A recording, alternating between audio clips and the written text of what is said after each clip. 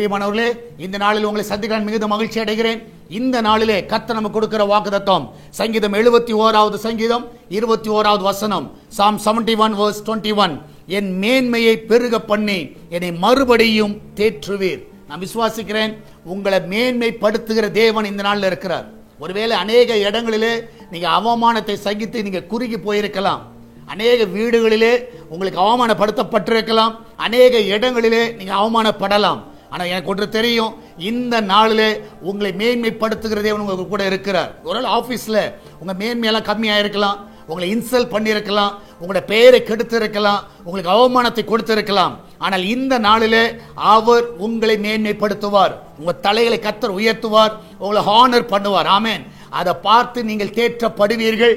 நிச்சயமாகவே இதுவரைக்கும் இல்லாத உயர்வை, ஒரு மேன்மையை கர்த்தர் உங்களுக்கு தருவார். நம்ம எல்லாரும் ஜெபிக்கலாமா? நன்றி ஆண்டவரே, வேலை ஸ்தலத்தில், வீட்டில் ஆண்டவரே, வெளி இடங்களிலே உங்களுடைய பிள்ளைகள் அவமானப்படுத்தப்பட்டிருக்கலாம், அவருடைய மேன்மையெல்லாம் குறைந்து போயிருக்கலாம், அவளுக்கு மரியாதை இல்லாமல் போயிருக்கலாம். ஆனால் இந்த காலை வேளையிலே அவர்களை மேன்மைப்படுத்துகிற தேவன் நீர் இருக்கிறீர். இந்த நாளிலே நீர் ஒருவனை உயர்த்துவீர் என்றால் யாரும் அதை கீழே தள்ள முடியாதப்பா. இந்த நாளிலே எந்த இடத்துல அவள் மேன்மை இழந்து காணப்படுகிறார்களோ, அந்த ஹானரை இழந்து காணப்படுகிறார்களோ, அதே இடத்துல அவருடைய தலைகளை உயர்த்தவனுமா ஜெபிக்கிறேன். ஊழியத்தில் உயர்த்துங்க, சபையில உயர்த்துங்க, குடும்பங்களில் உயர்த்துங்க, பிள்ளைகள் மத்தியில் உயர்த்துங்க. ஆண்டவரே கர்த்தாவே, இந்த நாளிலே அவருடைய தலைகளை உயர்த்தி அவர்களை ஆசீர்வதிங்கப்பா. ஆண்டவர், வேலைக்கு போகிற பிள்ளைகள், வீட்டில் இருக்கிற பிள்ளைகள், படிக்கிற பிள்ளைகள் எல்லாரும் காத்துக்கொள்ளுங்க. எல்லாருக்கும் தேவையான கிருபையை கொடுங்கப்பா. விசேஷமாய் கர்த்தாவே, ஆண்டவர் பிரசவத்துக்காய் போகிற பிள்ளைகள் சுகத்தோடு பிள்ளை பெற்றெடுக்கட்டும். வேலை இல்லாத பிள்ளைகள் நல்ல வேலையை கொடுங்கப்பா. தடைகள் எல்லாம் விலைக்கு போடுங்க. கடன் பிரச்சனையில் இருக்கிற பிள்ளைகளுக்கு கடனிலிருந்து ஒரு பெரிய விடுதலை கொடுங்கப்பா. அந்த பிள்ளைகளை ஆசீர்வதிங்க. ஆண்டவர் விசேஷமாய் கர்த்தாவே, ஆண்டவர் வெளிநாட்டில் இருக்கிற பிள்ளைகளை சுகமாய் காத்துக்கொள்ளுங்க. அவளை அந்த இடத்துல கர்த்தாவே எந்த ஒரு ஆபத்து வராதபடி பாதுகாத்துக் கொள்ளுங்கப்பா. நல்ல பல நல்ல சுகத்தை கொடுங்க. அந்த இடத்துல படிக்கிற பிள்ளைகள், வேலை செய்கிற பிள்ளைகள், குடும்பத்தோடு இருக்கிற பிள்ளைகள், தனியா இருக்கிற பிள்ளைகள் எல்லாரையும் பாதுகாத்துக் கொள்ளுங்கப்பா. உங்களுடைய கரம் அற்புதமாய் தாங்கி வழி நடத்தட்டும். ஆண்டவரே, சால்வேஷன் டிவிக்காக ஜெபிக்கிறோம். அவருடைய தேவைகள் எல்லாம் சந்திங்கப்பா. ஒரு குறைவில்லாம நடத்துங்க.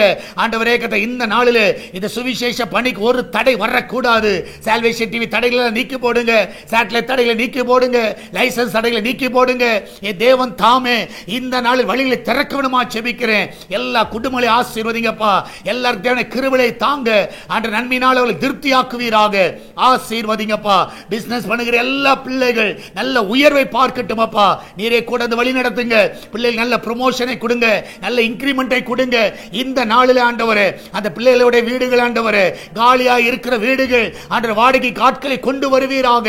லீஸு ஆட்களை கொண்டு வாங்க. ஆண்டவரே, வீடுகளை வாங்குவதற்கு உம்முடைய பிள்ளைகளுக்கு பலனை கொடுங்கப்பா. லேண்டை வாங்குவதற்கு பலனை கொடுங்க. உம்முடைய பிள்ளையுடைய கையின் பிரயாசங்களை ஆசீர்வதிங்கப்பா. இந்த நாளிலே கர்த்தாவே, உம்முடைய கரம் ஒவ்வொரு தாங்கட்டும், வழி நடத்தட்டும். மகிமையான காரியங்களை செய்யுங்க. இயேசுவின் நாமத்தில் ஜெபிக்கிறோம் எங்கள் அன்பின் பரலோக பிதாவே. ஆமென், ஆமென். பிரியமானவர்களே, கர்த்தர் உங்க கூட இருக்கிறார். தைரியமா இருங்க, எதை குறித்து கலங்காதீங்க. கர்த்தர் பெரிய காரியங்களை செய்வார். God bless you.